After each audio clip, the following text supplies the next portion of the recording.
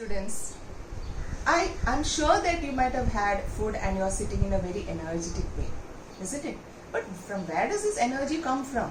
You said you ate your food. What happened to that food? It has definitely got converted into energy. Okay, so in the previous videos, we learned about nutrition as a life process. So now you might have guessed what we are going to learn now. We are going to learn about respiration. That is, the conversion of the food you ate is converted into energy, and that process is called as cellular respiration. So today we are going to start with the second life process, respiration, and the first part of that we are going to learn is cellular respiration. That is, at the cellular level, chemical reactions happen in which the food you ate got converted into energy. Clear? So children, whatever type of organisms there are, whether it is a unicellular organism or it may be plants, it may be fungi or higher order organisms like mammals, we all require energy to maintain our life processes. Clear? So what happens in all the organisms, it is a basic food, that is a glucose, which is converted into energy in the cells. This is called as cellular respiration. If this energy is not produced, then slowly the cell will die, because the energy is required for all the chemical reactions inside the cell. Okay. So what is cellular respiration? The process by which the cells in plants and animals, they break down the sugar and turn it into energy. If you have observed children, if you don't have food for one time, maybe you have skipped your breakfast, you will feel lethargic because energy is not produced in the cells. Okay. So now we are going to learn the types of cellular respiration. See, since we are all higher order organisms with high energy demand, in our cells we have a very important organelle called mitochondria.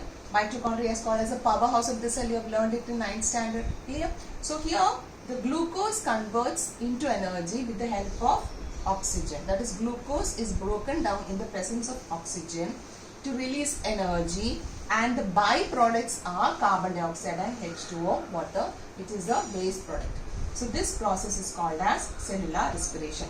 The cells using oxygen to produce energy from the food. How did the oxygen reach the cells? Through the respiratory system. Okay? Okay. To make it more clear, the food you eat, it gets digested in the small intestine. We learned in human digestive system. And where is it getting absorbed? In the villi. Villi is having large surface area with surrounded by blood vessels.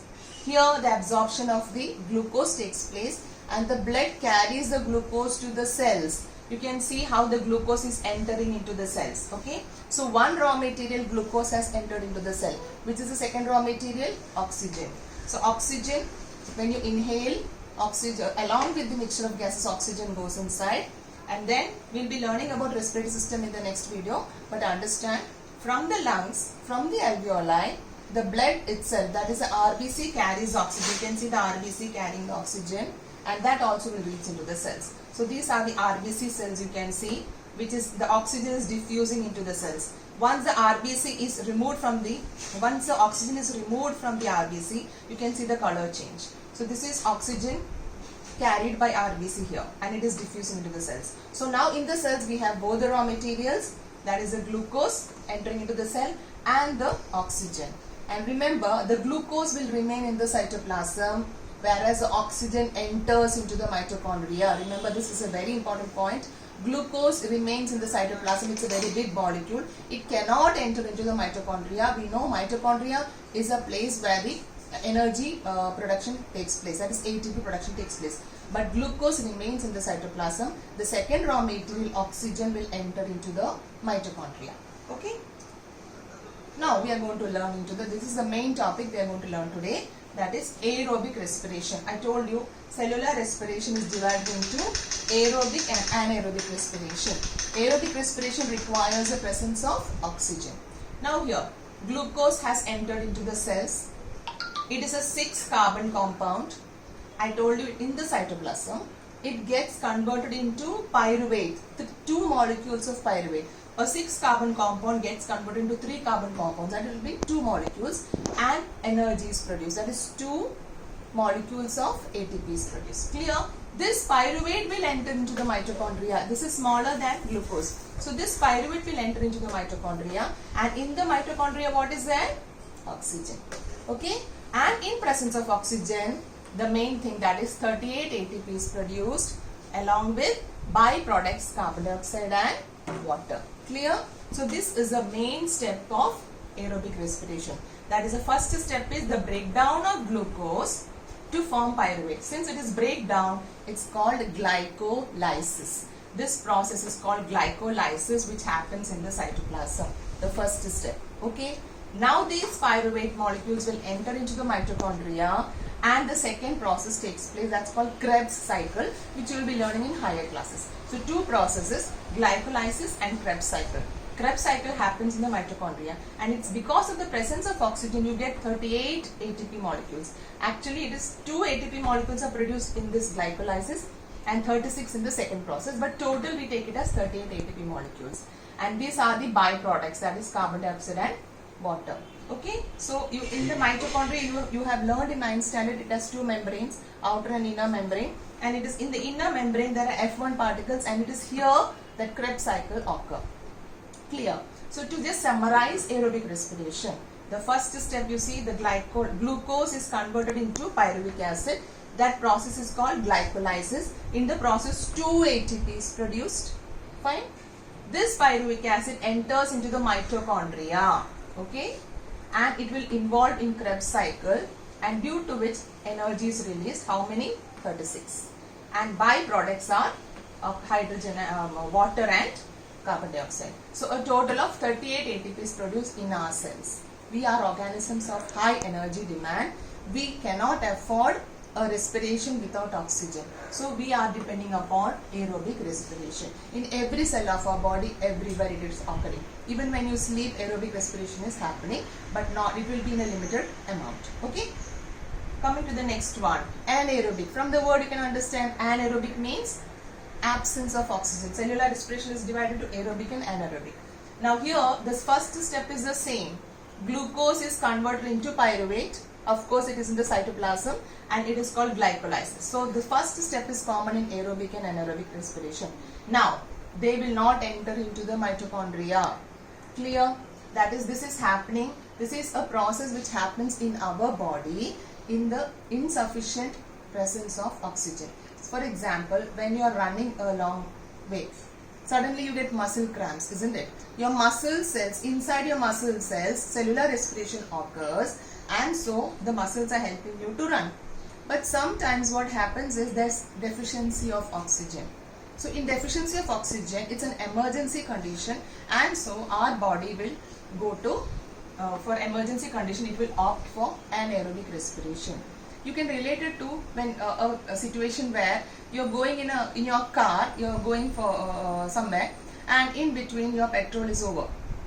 So you cannot, there's an option for that, isn't it? When your petrol gets over, you will not abandon your vehicle and go. There is an option. What is it? You have reserve petrol, and with the reserve petrol, you move your vehicle till the petrol pump, isn't it? So emergency situations can be handled. In our body also, we have options for such emergency situations, where in emergency situations, anaerobic respiration can take place, and this occurs in the muscle cells, because muscles are always involved in movement, and wherever movement is involved, there you need energy requirement is more.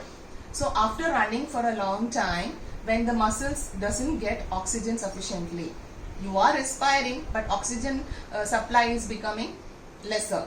So it's an emergency situation, and the power generation should not stop. If the power generation in the cells stop, it will lead to the death of the cells. So in the emergency situation, it will opt for anaerobic respiration. The first step is same. Glucose converted into pyruvate in the cytoplasm. The pyruvate will not enter into the mitochondria. Why? In the mitochondria, oxygen is not there. So in the cytoplasm itself, it will convert into energy. But you look at the amount of energy, it's very less. Only 2 ATP energy, because it's absence of oxygen. And along with this, there's a byproduct formed, is lactic acid. So in the muscle cells, anaerobic respiration happens, which leads to formation of lactic acid. So this is an emergency situation helping us to prevent the death of the cells. You can see here the picture given here. If you are getting muscle cramps, because the muscle cramps are due to the accumulation of lactic acid in the cells. It will remain for few hours or 1 or 2 days until the lactic acid is removed from the cells. Okay, but afterwards again it will come back to its aerobic respiration. So those who are having muscle cramps, no, they are normally advised to take deep breath so that more oxygen enters, and stretching and all, so that the lactic acid gets removed and you will feel comfort. Clear? So this is one of the questions asked in the exam. Why are muscle cramps occurring in people when they run, or sometimes why does it happen? The main reason is the muscle cramps. The muscles undergo anaerobic respiration in emergency situations due to lack of oxygen, and so only less energy is produced, but byproduct lactic acid will lead to muscle cramps. Clear? So in our body we have normal condition aerobic respiration, but in emergency situation anaerobic respiration. Clear? Now in some organisms like yeast, they have anaerobic respiration even in normal conditions. So what is the first step? As usual, the glucose converts into pyruvate in the cytoplasm, and it doesn't enter into the mitochondria. The pyruvate will, in the cytoplasm itself, there is no need of oxygen.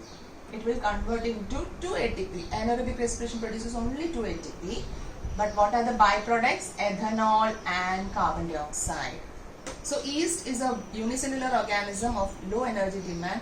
When it reproduces so fast, you know what happens? It produces ethanol and carbon dioxide. You use yeast in the homes or at home also. If you take some yeast and put it in a sugar solution, after 2 to 3 hours it will reproduce so much, and if you just smell it, you'll get the smell of ethanol. Clear? So what are the steps of anaerobic respiration in yeast? Glucose is converted into pyruvate, glycolysis. Krebs cycle doesn't occur. The pyruvate gets converted into 2-ATP, ethanol and carbon dioxide, and no oxygen is required. This process can also be called as fermentation.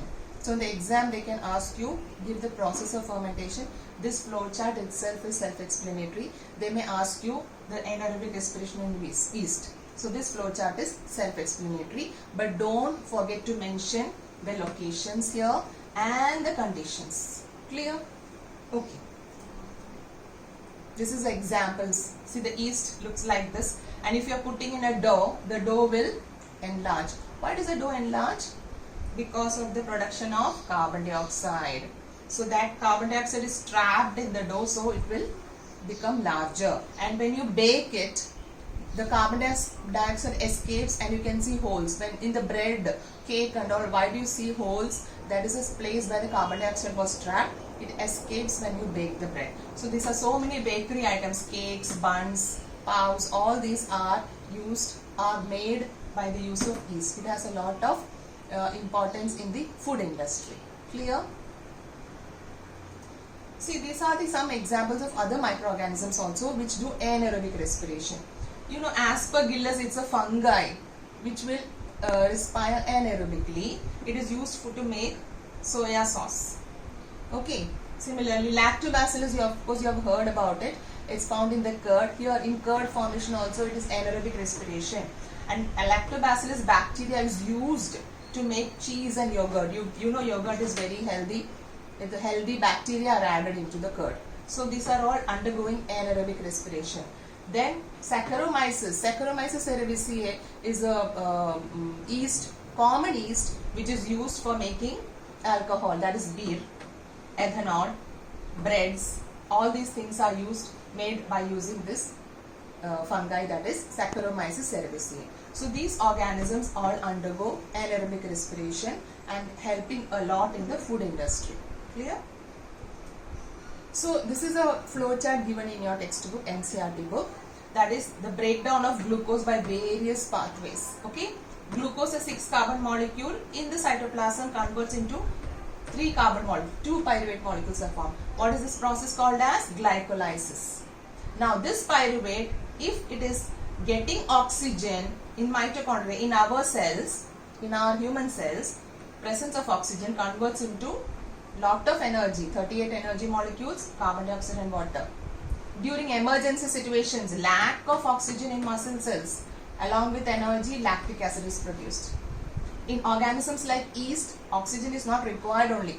So in absence of oxygen, anaerobic respiration producing energy along with it ethanol and carbon dioxide. Okay, so this flow chart is there in your textbook. Clear? So just now to go the difference between aerobic and anaerobic respiration. Aerobic respiration, of course, oxygen is required. Oxygen is not required. Complete breakdown of glucose takes place. That is why 38 ATP molecules are produced. Here it is actually incomplete breakdown. Okay, that's why only 2 ATP are produced. 38 ATP, and it's more efficient. Which respiration is more efficient? It is an aerobic because it is producing 38 ATP molecules. This is less efficient, 2 ATP only. It takes place in, what is the location of aerobic respiration? Cytoplasm and mitochondria. In the cytoplasm, glycolysis takes place. Oxygen has entered mitochondria, so Krebs cycles take place there. Here in anaerobic, only cytoplasm is a location. The byproducts, the main product is energy. The byproducts of aerobic respiration is carbon dioxide and water. In anaerobic respiration, it depends. If it is in our body, aerobic respiration, the byproduct is lactic acid, whereas the byproduct in the yeast is ethanol and carbon dioxide. Example, all the higher organisms are aerobic and lower organisms are anaerobic, and muscle cells in emergency situation undergo anaerobic respiration. Okay. So let us just go for a review. Let me check whether you have understood or not. Okay. What is the location of aerobic respiration? Can you guess what is the location of aerobic respiration? Yes, of course it is cytoplasm and mitochondria. The second question. How many molecules of ATP is produced during aerobic respiration? How many molecules? It is 38, 36, 2 and 34. It's 38. 36 during glycolysis. Sorry, 2 during glycolysis and 36 during Krebs cycle. Next one. The products of anaerobic respiration in yeast cells. What is the product of anaerobic respiration in yeast cells? Of course, ATP is there. What else will be there? Think and see. Yes, the answer is ATP, ethanol and carbon dioxide. Okay. Next one. The product of aerobic respiration. ATP is already there. What along? What are the other byproducts? Just think and see. What are the products of aerobic respiration? Yes, the answer is along with ATP, water and carbon dioxide is produced. Okay. What are the products of anaerobic respiration? Muscle cells. Muscle cells, you always remember, lactic acid is produced along with ATP. Okay. And the process of breakdown of glucose into pyruvate in the cytoplasm is called. What is this process called? Is it biogenesis, Krebs cycle, photolysis or glycolysis? It is glycolysis. Okay. So children, you've understood how important the cellular respiration is. Okay. We are having so many activities in our daily life, but this exercise, doing exercise in your daily life, keeping a part of your daily routine for exercise is very important, because when you are doing exercises or processes like pranayama, yoga, it will improve the process of cellular respiration in your cells. It will generate more energy, and more energy in every cell of our body. You yourself will be more energetic and enthusiastic to carry on with your daily activities. Okay children, so follow this good practices in your life. Thank you.